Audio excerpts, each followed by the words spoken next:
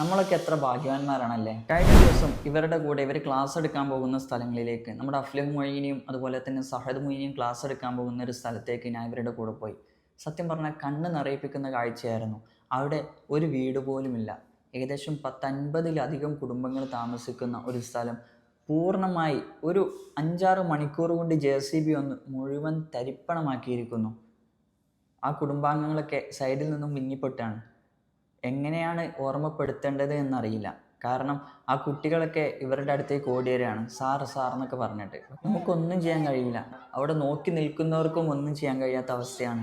ഗവൺമെൻറ്റിൻ്റെ ഉത്തരവാണ് പൊതുസ്ഥലങ്ങളിൽ താമസിക്കുന്നവരെ ആട്ടി ഓടിക്കുക എന്നുള്ളത്.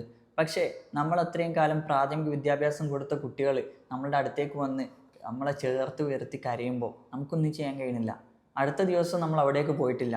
മൂന്നാമത്തെ ദിവസം നമ്മൾ അവിടേക്ക് പോയി കഴിഞ്ഞപ്പോൾ അവിടെ നമ്മളെ പ്രതീക്ഷിച്ച് അവർ നിൽക്കുകയാണ്.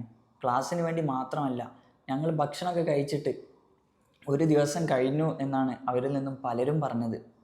സത്യം പറഞ്ഞാൽ അവർക്ക് ഭക്ഷണം പാകം ചെയ്യാനുള്ള ഒരിടം പോലുമില്ല. കിടക്കാൻ റോഡിൻ്റെ സൈഡിൽ പോയി കിടക്കും, കാരണം അവിടെ കിടക്കാൻ പറ്റില്ല.